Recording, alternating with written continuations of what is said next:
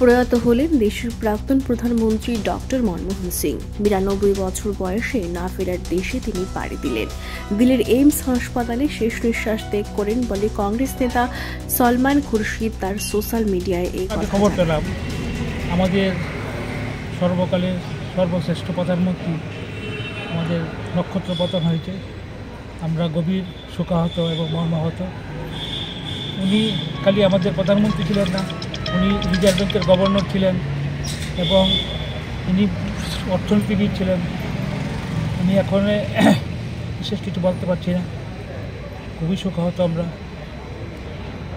আমরা ওনার প্রয়াণে আমাদের পতাকা অর্ধনির্মিত করেছি এইমাত্র খবর পাওয়ার পর, এবং আমরা আগামী দিন ওনার যে কাজ আছে আমরা দিল্লির নির্দেশ অনুসারে আমরা সেই কাজগুলি করব এই বলেই। মৃত্যুকালে ওনার বয়স কত ছিল? 92। কোথায় মারা যান? উনি শ্বাসকষ্টজনিত এইমস হাসপাতালে, দিল্লির এইমস হাসপাতালে মারা যান।